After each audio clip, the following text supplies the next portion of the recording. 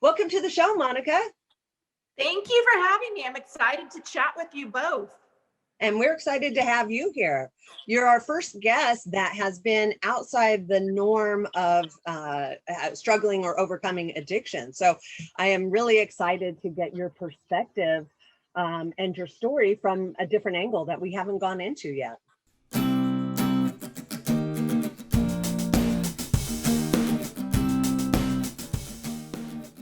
When I was putting my notes together to chat with you, I really, one, it made me nauseous because reliving a lot of what happened, coming from a different perspective, I feel like it opened my eyes to what really goes on in the world of addiction. And I mean, I can't even, I got, touched just the tip of the iceberg.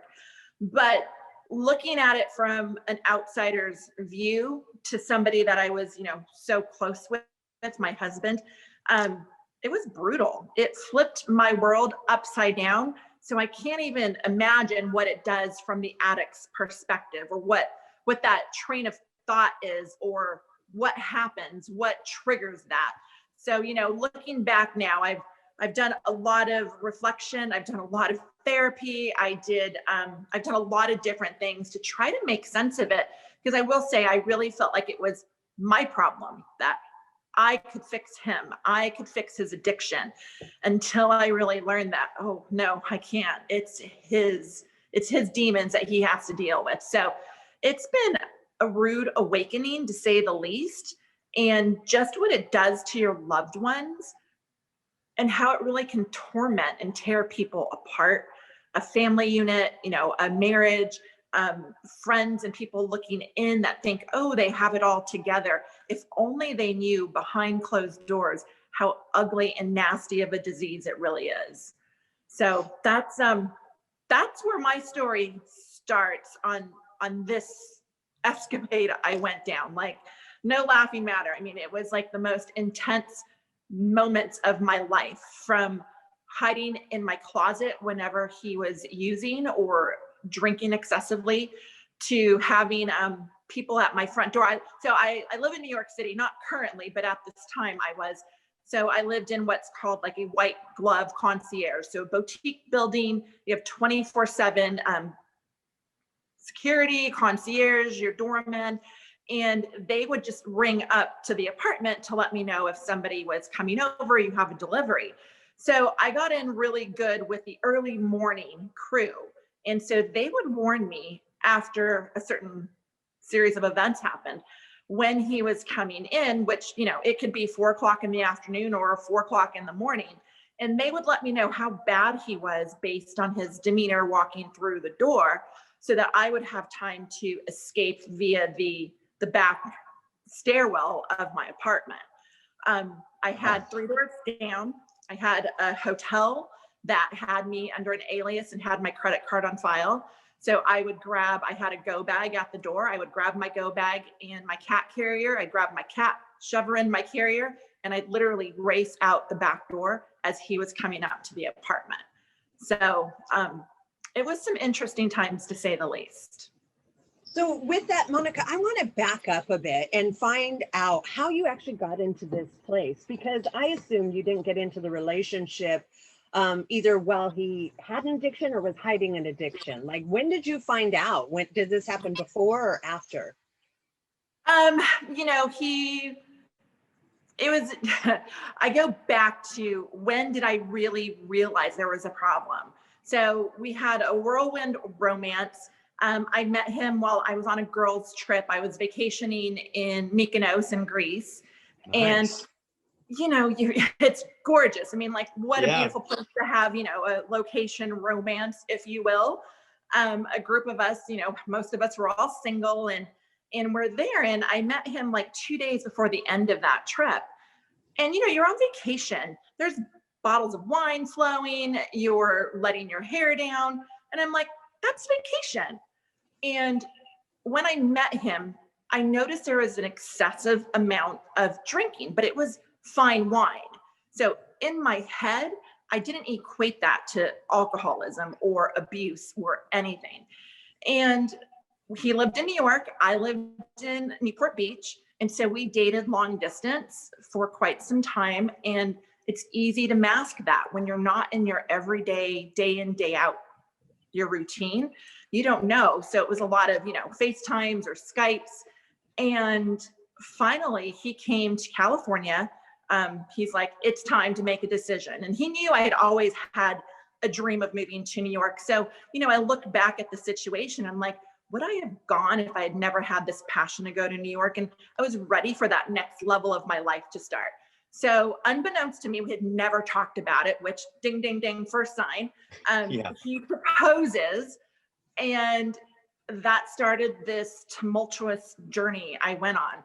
So within 30 days, I moved, I packed up my life from California and I relocated to New York City. It was a whirlwind. My going away, I had an official engagement party with everybody, but my last night in Newport Beach, he flew in to escort me back. And funny, because today is actually the 7-year anniversary of this date. So it popped up on my Facebook memories and I'm like, wow. And then I'm talking to you about this. So super interesting how it comes full circle, right? Right.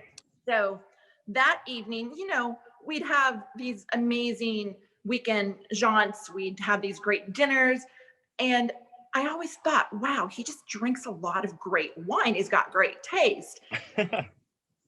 Fast forward, the night of a handful of my closest friends, they're like, we're not letting you, I was getting on a red eye from LA.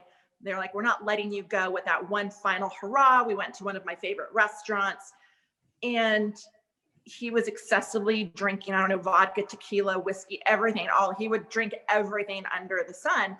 And that night is the first night I saw the violent temper come out.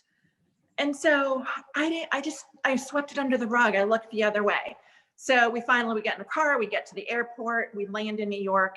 It's a weekend and I want to unpack. I had shipped a lot of boxes. I had my suitcases, my cat.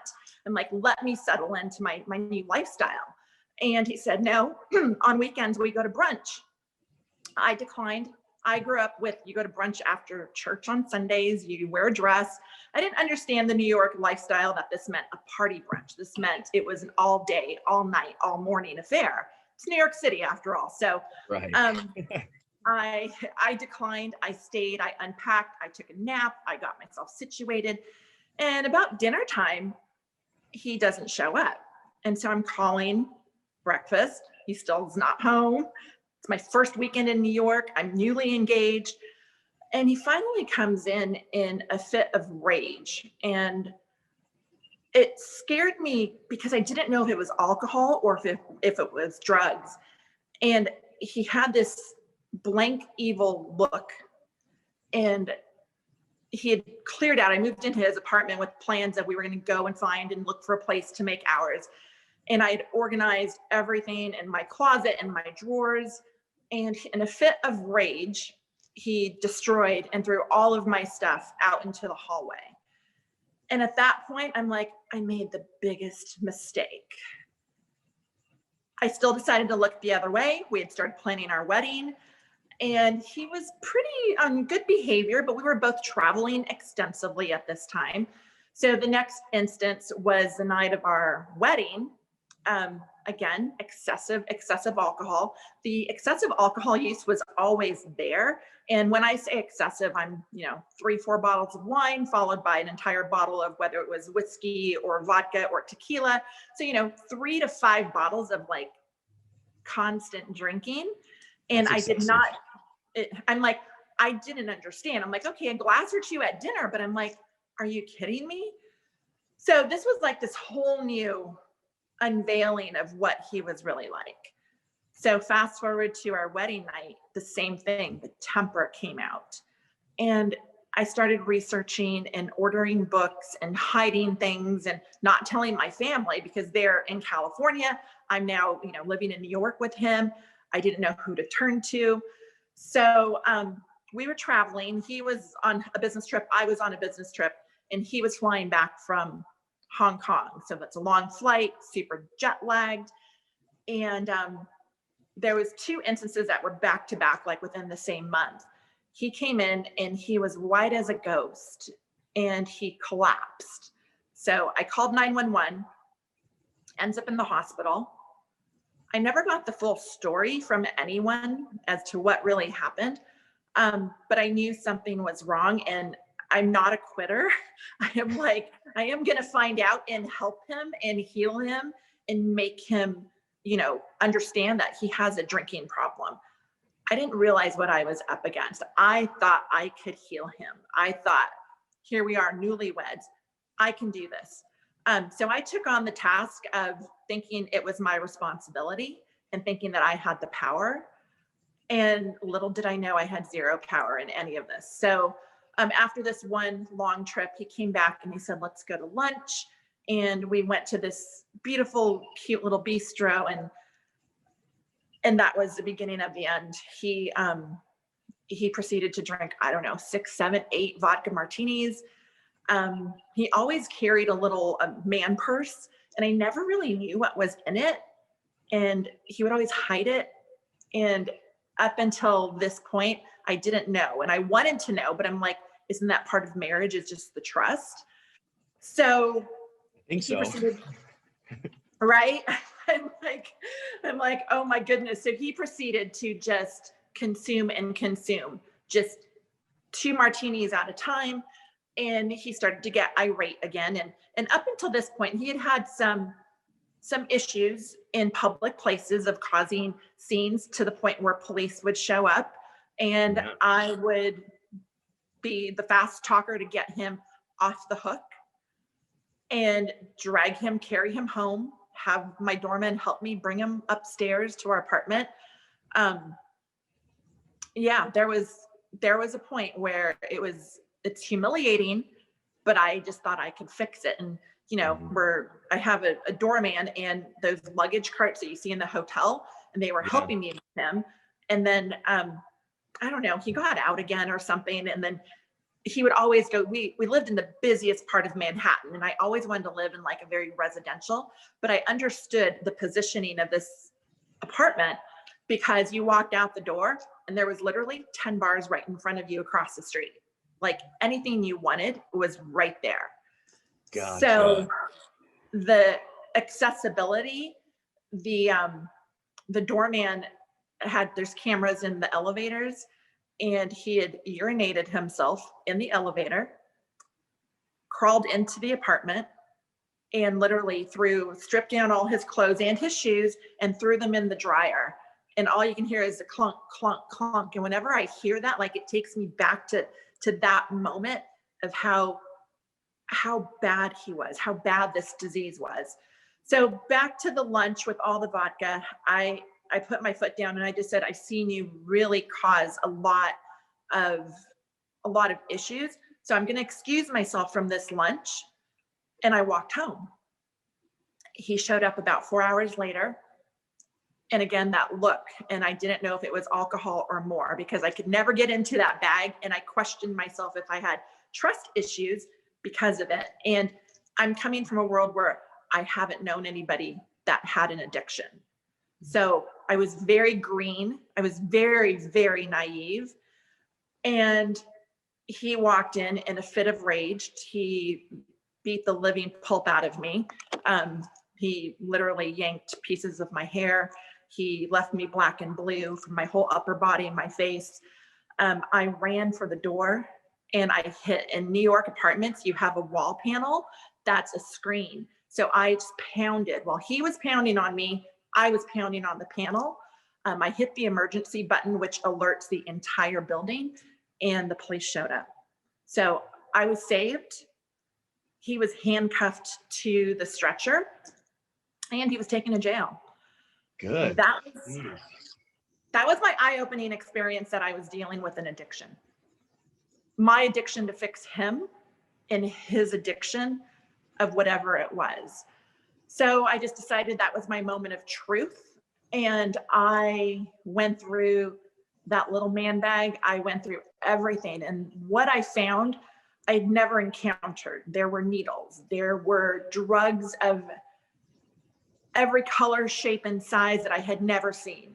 There were mail ordered prescriptions. There were, I don't know, the wristbands or the elastic that you tie to use a needle. I just know when I get my blood taken, there were boxes of this stuff hidden. I went through shoe boxes. I went through suit pockets.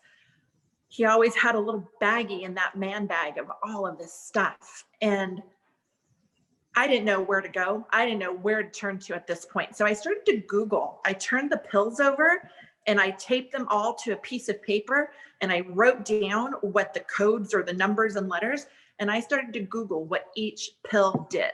I think I got tired when I got to like 32nd pill.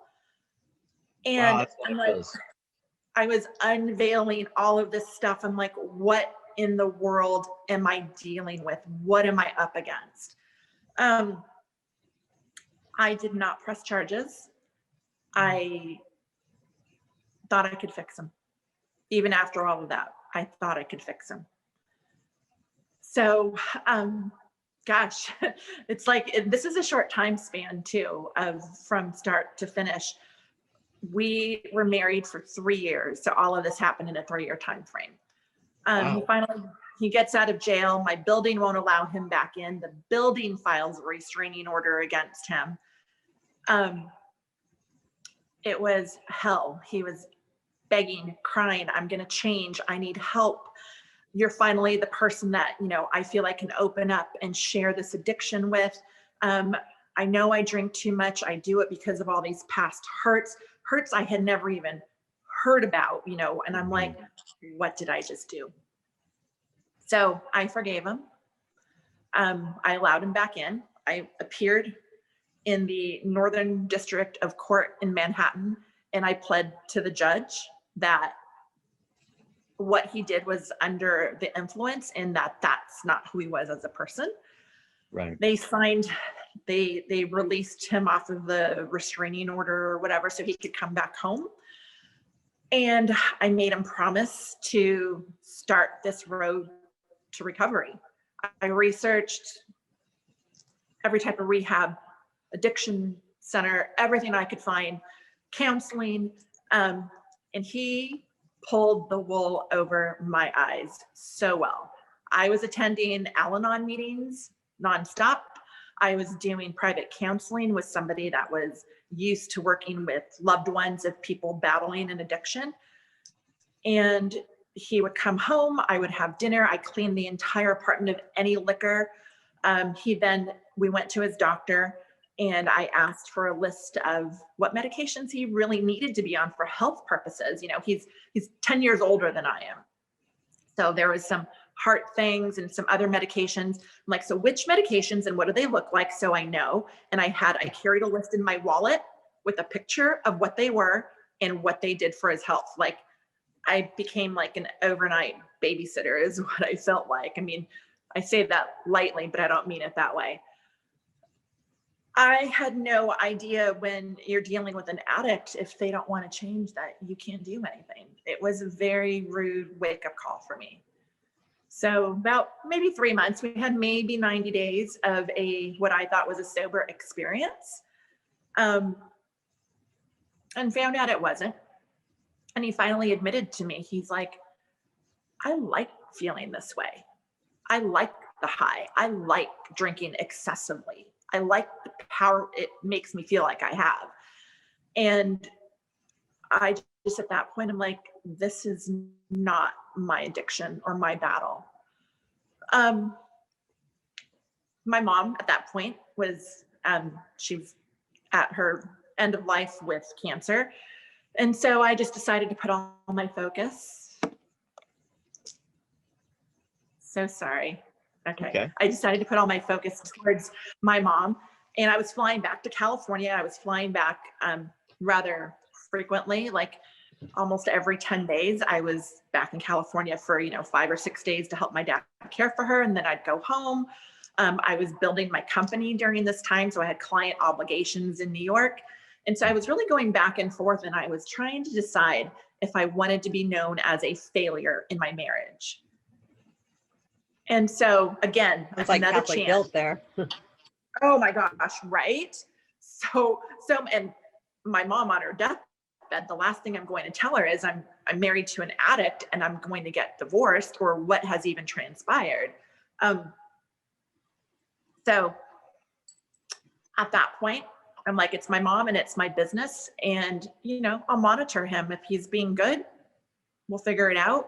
I'm still in counseling. I'm still at Al-Anon. I couldn't tell him I was going to Al-Anon meetings because he would fly off the handle. It got fast and furious pretty quickly. And I had a client that was flying to Asia to go to, I was managing a lot of different types of brands at that point. And so she had just landed a pretty big contract and they wanted to fly her in. She had the wrong visa. So she flew from the Midwest to New York. And at New York, they stopped her because she had the wrong visa to get into China. Oh, wow. So she calls me, it's middle of the night, and she's like, oh my gosh. And, you know, she's younger and I'm very much more of a mentor towards some of my younger clients. And I said, just let me put you in a car, just come stay at my apartment. You know, I'll walk with you tomorrow. We'll go to the embassy and we'll get your visa straightened out and you can get on the next flight. I'll call the people that are waiting for you on the other end. I'll take care of it. Don't worry, just come. So, you know, you live in Manhattan, you don't have a lot of space. So I had an alcove in my apartment, which was my home office. And I had a pull-out bed for whenever, you know, I had family come to visit or somebody single that came to visit, they would stay there. It was like 1 bedroom, 2 bathrooms. So I said, you can stay here for the night. We'll take you tomorrow. I'll go and get you through to the visa process. So the visa process was a nightmare. She ended up staying in my apartment for 4 nights. Oh, and, man. You know, I just said, it's like, what's that saying? House guests are like fish. They start to stink after 3 das. I've never heard that one. I've never heard that either, but That's good. I like that one. So the last night she was there, we finally got her stuff situated. And you're probably like, Monica, why are you sharing about this client's visa issue? You know, she's young, she's beautiful. She's very in awe of New York. She had never been to New York. I gave her a map. I said, you know, I introduced her to some of my neighbors that were her age. And I'm like, go have fun. You're here for a few days. You may as well make the best of it. So I'd come home from a meeting, did my nightly routine, went to bed. He had come home, went to bed. I was asleep by the time he had come home. And I gave her a key to the house and to the apartment. And I didn't pay attention that night to his demeanor when he came home. I didn't know if he was sober or drunk. And at that point, I really stopped caring to get up and wipe the vomit off the toilet seat or put him in a cold shower or whatever that was. Some nights he would pass out on the floor, just drunk on the hardwood floor. So I remember he wakes up and he goes to the bathroom. We have a bathroom in our bedroom. We have a bathroom in the hallway. And it seems like an hour goes by and I don't hear him, don't see him. He's not in bed with me. The entire apartment is dark. I have a fairly large apartment for New York standards. So I walk all the way down the hallway and I hear noise coming from my office and he's having sex with my client. And they were both so drunk. I never knew if they were out together or not because they came back close in proximity to each other. But and you know, I'm a brand new business owner. I've never shared this story before. And I know he's got an addiction. She filed rape charges. And he claims he was so high that he didn't know where he was or who he was with. Wow. So that moment, I'm like, you can take down my livelihood and my business and really hurt everything that I have built my career on for 20 plus years. So I had a long talk with my clients, with her family. I had to go to the police station. She dropped all the charges against him. It was another rude awakening as to what this addiction was leading to. So at that point, right after that, my mom passed away, and he, of course, came with me to the funeral in California, and he tried to be on his best behavior. And at, you know, the memorial that you have, like after everything, and all your friends and family, and you know, everybody's sharing stories, and we had like this huge, we rented out this restaurant, and obviously pre-COVID, and there was like 100 people at this reception, and one by one, the stories of his inappropriateness and his drunkenness were coming to me at the cusp of like my mom's death. So that was the end. I just said, seeing my mom pass and seeing how what I had hid in the secrets, I just said, I'm done. I tried. I thought I could help. I thought I could help cure him, but I couldn't. And I think looking now in retrospect, our loved ones, like, how do we help? What do we do? So all of that like really took me down a different path of, do I even want to drink? You know, I enjoy a great glass of wine, especially if I'm eating like a pasta or something, but you know, I'm like, it really made me stop and question. I never overdid it, but it made me really stop and question what kind of person I wanted to be, and how I wanted to handle these situations. But it opened up my heart to those that are struggling, and understanding that they may not understand like what the next step is. And with him, I have to say, he didn't want the help. He enjoyed the lifestyle of being an addict. And he completely, right before he moved out, right before he moved out, those were one of his last things he said. He's like, I like it. And I'm like, I don't. So it ruins you. So he moves out, and I then find out, you know, because there's lies and deceit and secrets, it's like everything started to blow wide open. Within a few days, I find out, you know, he was very well established. And I don't know if it was through what part he kept so many secrets, but there was a point where, you know, he had no money. And then I was digging into what I could, whether it was my 401k or my retirement or anything, to help, not just, you know, we're married, that's the guilt right there, to help with whatever we needed, not just your basic living expenses, but above and beyond. And then it was the keeping him afloat in whatever he was doing until he moved out. And then I find out he had not paid our mortgage for like 7 months. And it fell on my lap. Here I am filing for divorce. My mom just passed. And now he's leaving me in financial ruins. So it was like a rude wake up call that what addiction. Fortunately, I'm a smart girl. I didn't let him know, you know, where I had certain things, and I was able to stay where I was living. I was able to pay off the debt, but, you know, still to this day, I've changed my phone number because I used to get phone calls from all his creditors and all of the people he lied to. There's a lot of deceit and nastiness that goes on behind the scenes, and you know, and I know he was using different types of prescription drugs, which I never understood can become addictive. I don't know what was going in those needles, but I know there was like medical grade supplies of boxes of needles hidden in his closet. And I think I don't ever want to know what that was, because what I saw was very ugly and very dark.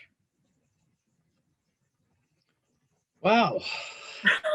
Hi. Yeah. Wow. That's a lot, Monica. Thank you so much for sharing that. Wow. I probably have an idea of what those medications were, but we don't have to talk about that. Yeah. Yeah. Especially based on the behavior, for sure. Yeah. But it's not like it makes it better, whether it's a needle or a pill or, you know, a drink. It's at the end of the day, all the same, leads to the same place. Yeah. It does. And, I think during this short blip, if you will, of my life, being now at 50 years old, I'm like, I had to go through that because I learned that the pain comes to teach us, not to punish us. And when you grow through that pain, how much stronger it makes you to be able to pay it forward and help those that do want the help, that do realize that they have, something that they're battling. And what do you do? Where do you go from that point? So I really hold on to the fact that it was a huge lesson, but it taught me a hell of a lot. It, never in my life did I think I would encounter that, and from the outside in, nobody knew what I was going through. I was masking it because I was embarrassed, I was humiliated, and I felt like a failure. I felt like I picked this person to marry that duped me, in other words. So. Yeah, and that's something we see all the time. I mean, we have parents who are like, I thought I raised my kid right. Same thing. They hide it, they cover it up. Obviously, relationship wise, we see that a lot. So that's very common. For some reason, you guys take it on as like somehow it's your fault or your responsibility. It's not somehow, it's part of the process. It's unfortunate and it sucks, and it's part of the manipulation that goes along with addiction. That's why we like to say, if we could help one person, it's really helping like 10 people around them because of all the wreckage around the individuals. And it sounds like you went through an extraordinary amount of wreckage, and being, like you said, so green, you didn't know the signs, you didn't see it coming. It's just like smacked you out of left field. It wasn't like you had seen this growing up, so you were familiar. This had to be like just blindsided. 100% blindsided. And, fast forward, I've been out of that for, it's been 4 years now. And I would package up everything I was finding, whether it be, fake prescriptions, whether it was all the pills that I taped to a piece of paper, literally taped the actual pill and wrote the descriptions underneath them. All the photos from the police report, like every step of the way, I documented what was happening because it didn't feel real. And I put them in this package and I would FedEx them to my dad at the time. And I would write really big, do not open, only in case of emergency. Because during some of his, really, really, really bad episodes, there was, a lot of death threats. There was a lot more abuse that did transpire. And he, at the end, said, you won't get out of this marriage alive. I'll make sure you're not. So I had proof. And so my dad recently passed away. So as I was cleaning out his house a couple months ago, I found the boxes. Wow. And I opened them and I'm like, wow. I'm like, it was intense. I could only go through like the first couple of pages of police reports, of pictures, of what was transpiring. And now in retrospect, like I said, I finally have come to terms that it was never something that I could fix. But you're right, the wreckage and, I have 2 girlfriends that I told amidst, they got the, the top layer of what was going on.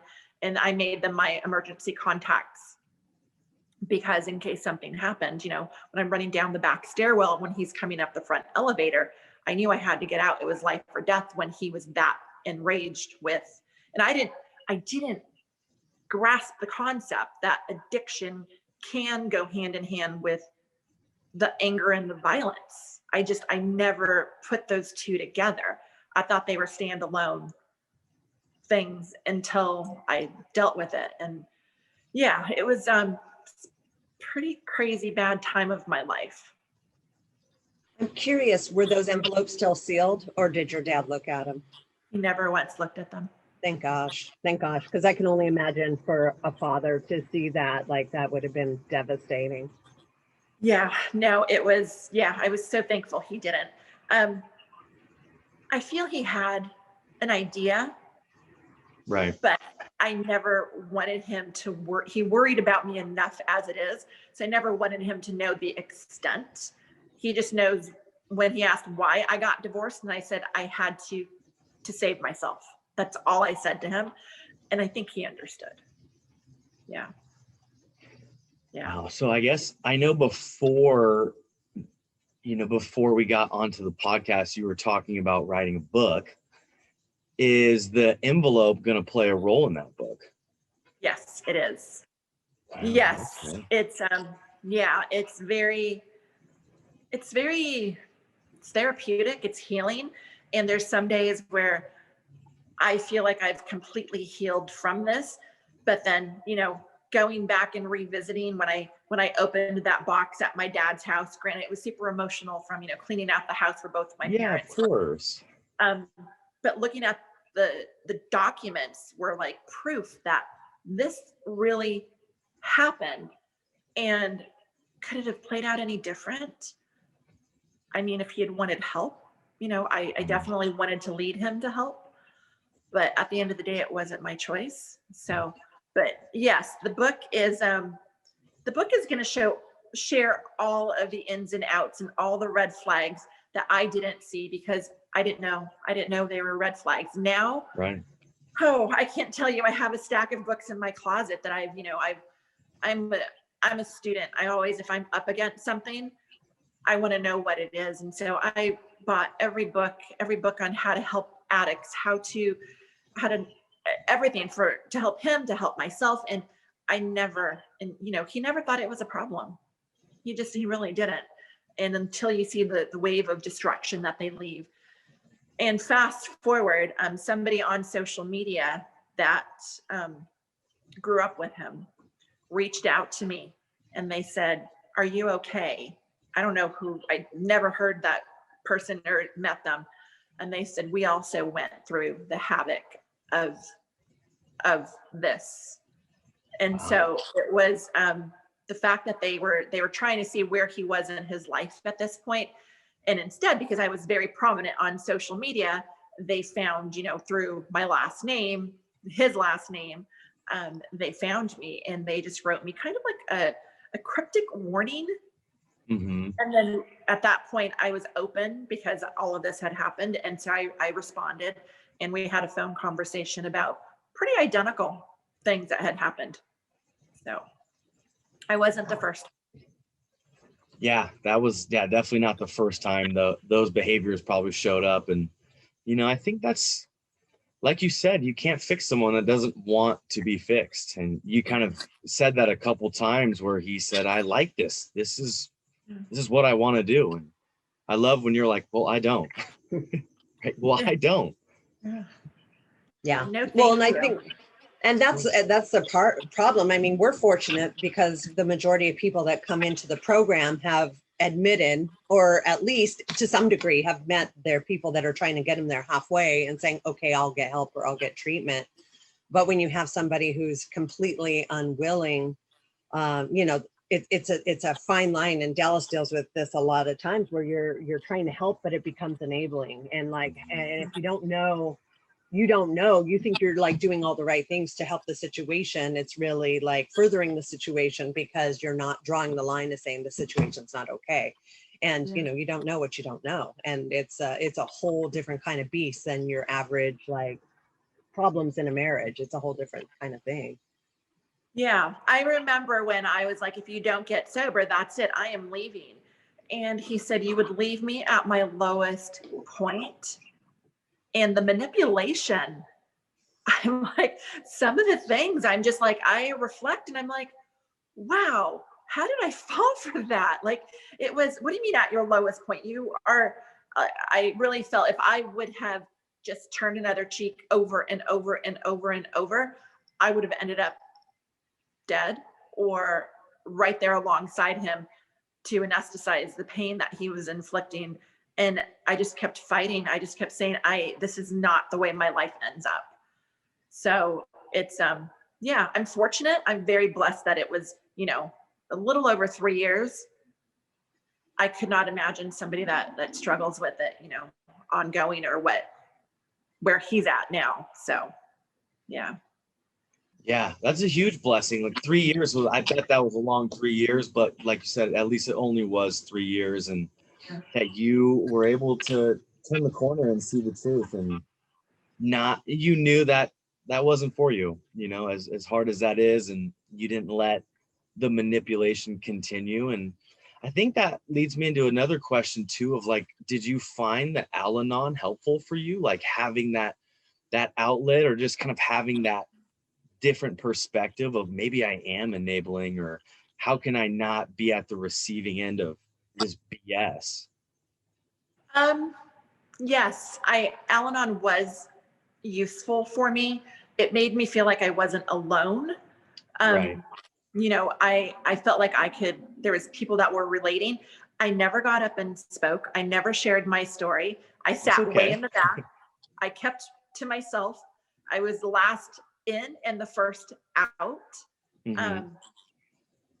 It was an eye opener to see how many people were really struggling. And it made me realize to take a step back and you know, by nature I'm just a compassionate person, but it made me realize to have more compassion for those that are struggling with something, especially an addiction, but to also be aware of who wants to live that life, who wants to be stuck in that addiction. Like you have to, like, it feels like I knew for him it was a choice. He liked it. Right. So yes, Al-Anon, it did for that season of my life. You know, I would pretend I was going to a business meeting, and I'd walk down Fifth Avenue in Manhattan, and I'd turn the corner into this church, and I'd go sit in the back, and you know, nobody knew where I was going or what I was doing. And I will tell you, after I left those meetings, there was a rush of emotions that would happen. It was just a wave that would come over me. And there were some points where I didn't feel I had what it took to push through, to keep going. And, you know, there was lots of moments, 9 out of 10, let's just say 6.5 out of 7 days, he wasn't home. He was out doing what he does, whatever it was. Some days, you know, there was never a set schedule. There was, comes home at 4 o'clock, drunk and whatever else, or comes home middle of the night, or maybe the next afternoon. There were several of those days, and I was never to ask where or what he was doing. But you can just see it. You see the deterioration that started to happen. And I looked back at some pictures of when I first met him compared to where he was when we parted. And he probably aged like 15 years. Wow. Yeah. It was, Wow. I'm glad you were able to get out and he wasn't able to track you down or prevent, you know, like the divorce or the separation. I mean, at that point, he was just like, whatever, leave. I mean, how did he amicably let you go? Or was he like, good, now I can just, no accountability? He was good. No accountability. He called me boring. He said, because I like to work and stay home, that I live a very boring life. And I'm like, wow. I guess that's one way to look at it. Yeah, responsibility. Yeah. So I chuckled now. I chuckled then. At that point, I'm like, okay, I'll take it. I will take it. And then, you know, I heard that he really ran rampant with more, I'm sure it was more drug and alcohol abuse, lots more women involved. And, you know, his power in this was, and I've reading and researching and learning, I think it made him feel like he was Superman. He was untouchable. And, you know, he's 10 years older than I am. And he was able to fake out people, if that makes sense. Yeah, and it makes sense. You know, these young girls would flock to him in these, you know, seedy all night nightclubs in New York City, these underground places. And I'm like, it's not my thing. So because of that, I was boring. So it was an easy, he realized, you know, okay, this girl is not going to come on my way of what my lifestyle is. And she wants me to get sober. And that's the last thing I'm going to do. So yeah. I've heard a lot of follow-up stories as to what happened in those days, months, years after. And so, yeah, I'll share more about that in the book. Yeah. Oh, nice. Well, I'm excited to read and hear about that book, but I think mainly what I just kind of wanted to say was I'm proud that you were able to have way more compassion for yourself than somebody else, you know? And I think that's like, to me, the big takeaway is like, we are always more important, you know, especially when all this could be going on. Like, yes, it's nice to be empathetic or sympathetic and have compassion for someone we care about, but at the end of the day, we are more important. And when those lines cross, we always got to retreat back to us. Yeah. So kudos to you. And it Yeah. reminds me of, and I think we've heard this a lot lately, the analogy of the air mask. It's like you can't help someone else until you help yourself. And it sounded like, you know, you had gotten to a point where you weren't caring for yourself as much as you always had been as a strong, independent businesswoman who was killing it in life. This probably really kind of blindsided you, and you took off your oxygen mask to help someone else, and that never works. Yeah. Yeah. It's eye-opening. Yeah. Well, maybe we fast forward and talk about where you're at now, Monica, and how beautiful life is now that we don't have to deal with that BS anymore. The silver lining, right? The silver lining, absolutely. It's been a journey. You know, I stayed in that apartment, and it was ultimately never where I wanted to be. I always wanted to like live in more of a residential community of, if you can, in Manhattan. And so, you know, I mean, the line that if you can make it there, you can make it anywhere is so true, because that city is fucking hard. I mean, I will just tell you, it is like, it instills grit into you. So I pulled myself up. I had some, you know, at the same time of this, I'm mourning the loss of my mom, who I was extremely, extremely close to. Like, we talked 20 times a day, yet I never let her know what was going on in the background. So I'm faced with, you know, what's my new reality? And I really went deep into what I wanted to paint my future to look like.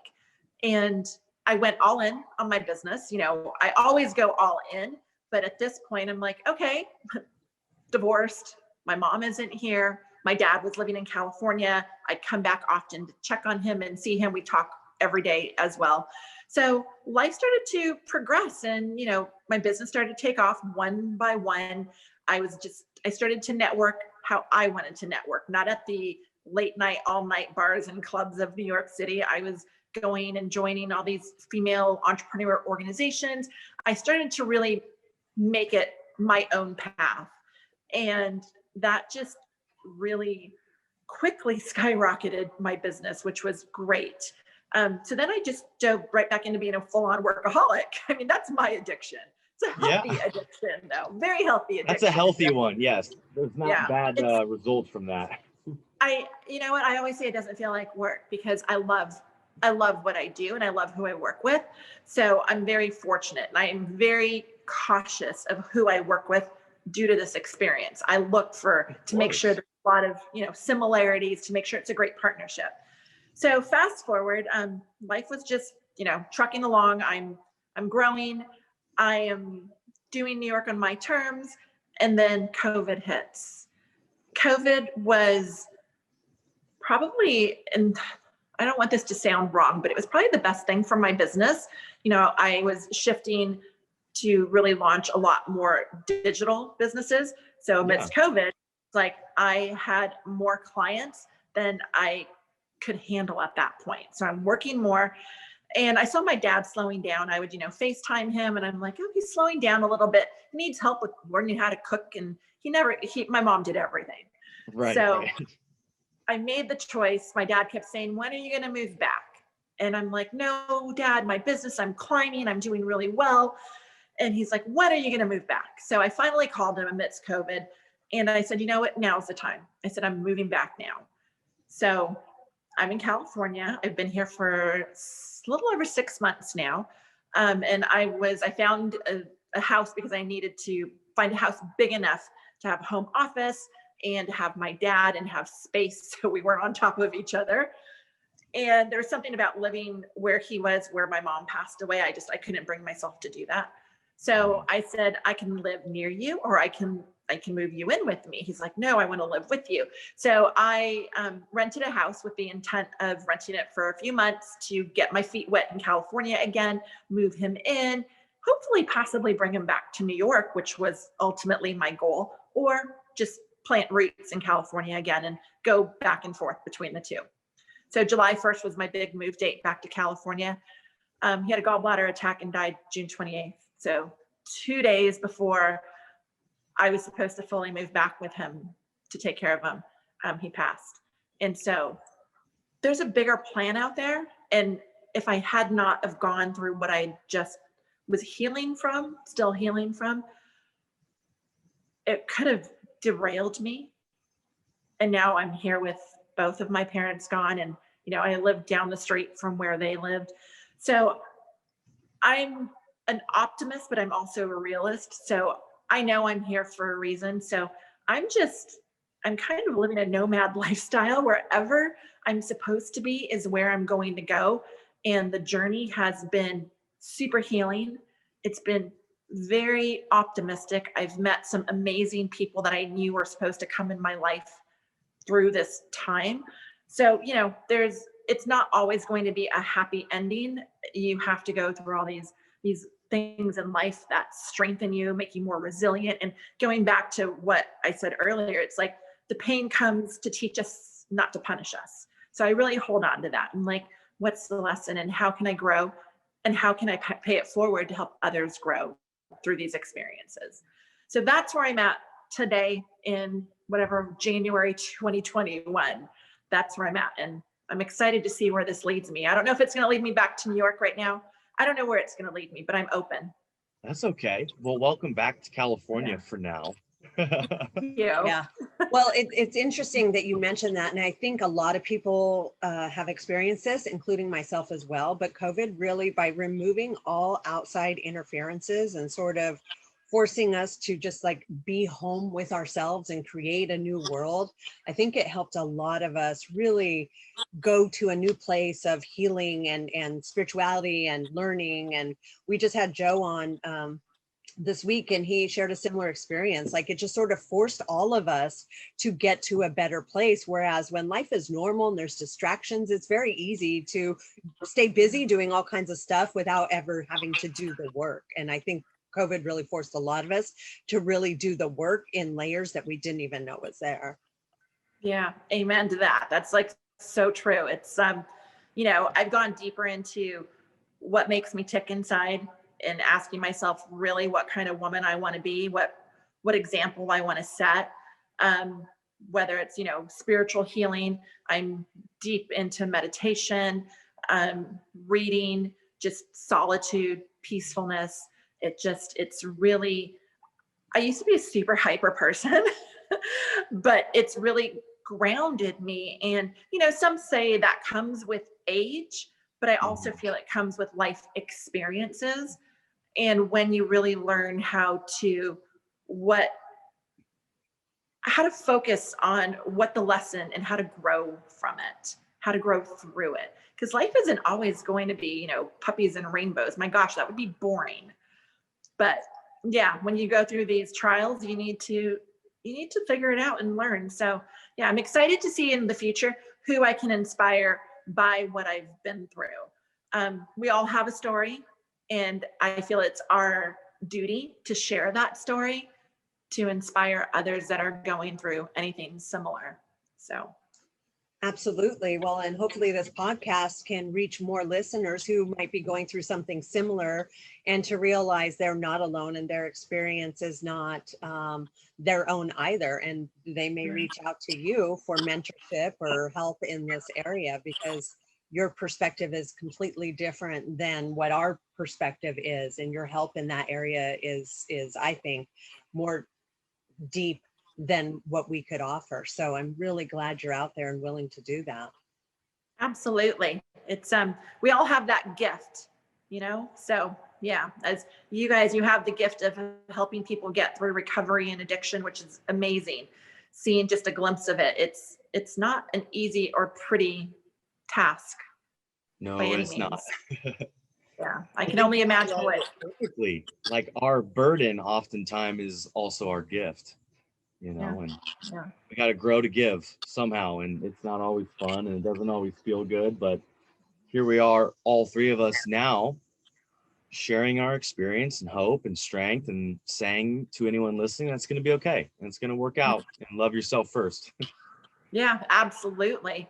And, you know, during this, and I think Angie, you and I have touched on this before, and during this pandemic, seeing the drug abuse that is just escalated to it's frightening. And, you know, they need to know that there's help, whichever direction they're coming.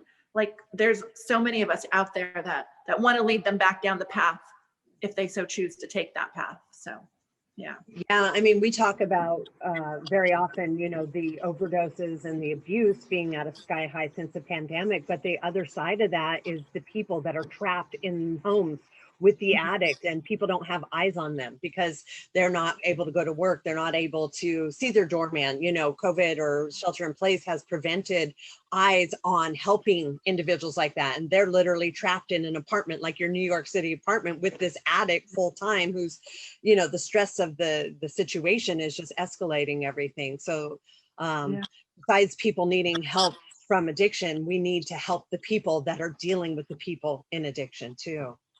Yeah, absolutely. And I can't imagine how terrifying it would have been if I had gone through that.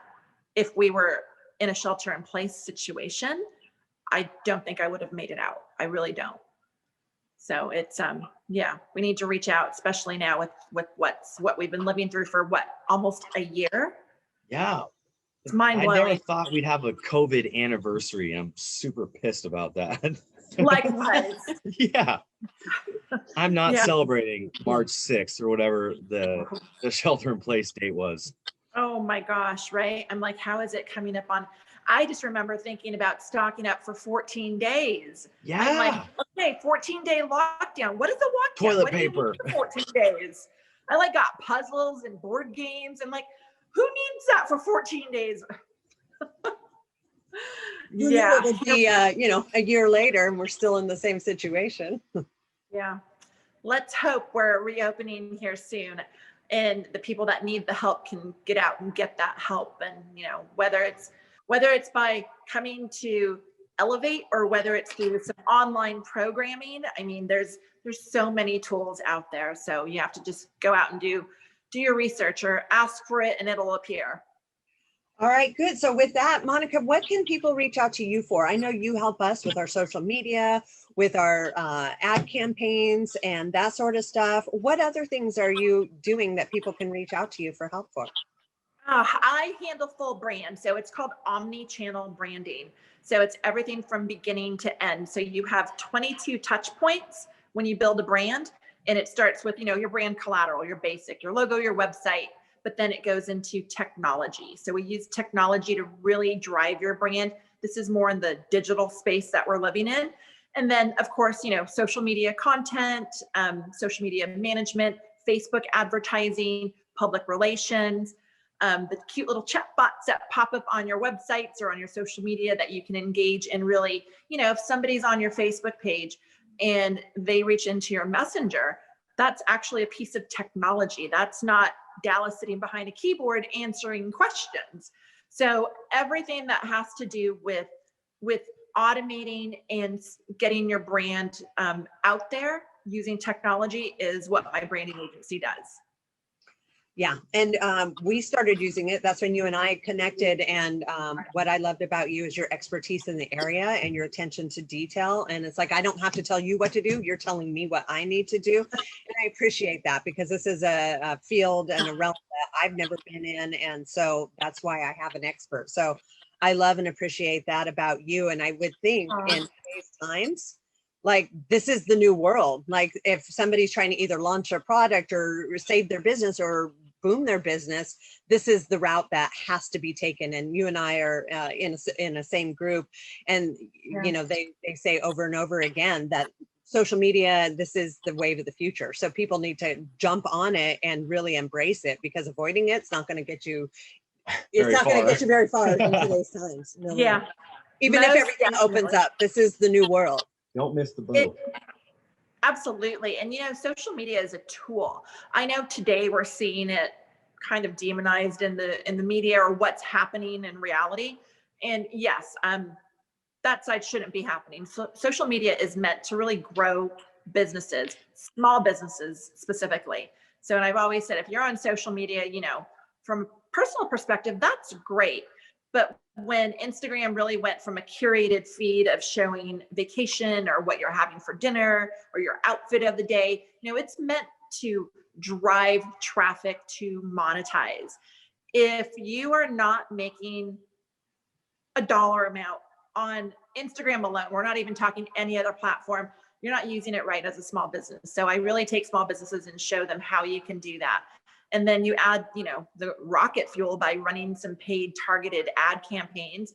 And that's a very detailed process, as you know. And you can see your business go to what the big brands were doing. You can do that as a small business in under 12 months. So technology has given us the ability to scale so much faster, which means dollars in your bank account. And at the end of the day, that's freedom. So it's a good thing. I love that. What a great saying. I know. I'm like, sign me up, but I kind of already am under the umbrella. You are. Yeah. No, that's so cool. And I think, just as we're kind of wrapping up here, I think the last thing I wanted to point out was how social media is a tool, and that through social media, you could find Elevate or Angie or myself or Monica, and you could use social media in any way that is helpful to you. And it doesn't have to be this negative attention seeking type of thing. It could be something that saves your life. And I just kind of wanted to point that out as a segue to saying, Monica, where could the audience find you on social media and your website? Tell us about that. Where can we find you on those things? Everything is uniformed for me. So it's Identity Brand by Monica Kline. So social, or every social media platform, and my website is identitybrandbymonicakline.com. So great. And we'll put the links below so people spell Kline correctly. Yeah, it's not like Calvin. L-I-N-E, the German spelling. Gotcha. The proper way, right? Yes, my dad would always get upset when it was misspelt. Exactly. Well, Monica, thank you so much for being vulnerable with us today and sharing your story. I know that it cannot be easy to relive those things. I'm glad you've had the time to work through a lot of that, and it's not so fresh. It helps us be able to look at it a little more objectively, but still, I don't think no matter how many times you go through that, it's any less hard, like re-experiencing it and reliving that over and over again. So thank you for bearing your soul for us. Oh, it always is so natural speaking with you, Angie. I feel like we are, I don't know, long lost sisters or something. I'm just completely vulnerable. I'm like, hi, Angie, blah, here you go. Exactly. Same. And sometimes we have other people in our meeting and I'm like, they don't need to hear this stuff. Monica, I'll call you later. Right. Thank you for having me. It was actually, it's good. It's therapeutic to talk about it. So, and you guys are, you're safe. So thank you. Yes. Thanks so much. Yeah, of course. I'm glad it could be safe. People have told us we're easy to talk to, so I appreciate that. And just, kind of to say the same things that Angie said, I really appreciate your vulnerability, and your story's going to help people 100%. And that's what feels right. That's kind of the takeaway and the silver lining. And it was also very nice to meet you, Monica. Nice to meet you officially too, Dallas. Yeah, here we are. I know. I've heard so many things about you, and they were all true. In the best ways. Yeah, in the best ways. The best ways. That's always so open-ended. It's like, oh, what do you mean? Okay, well, I have to jump off to a client meeting, which is you. Yes. Yeah, so I'm going to wrap up and hop in my car and we'll talk in a few. Okay, talk in a bit. Bye. Thanks. Bye. Bye.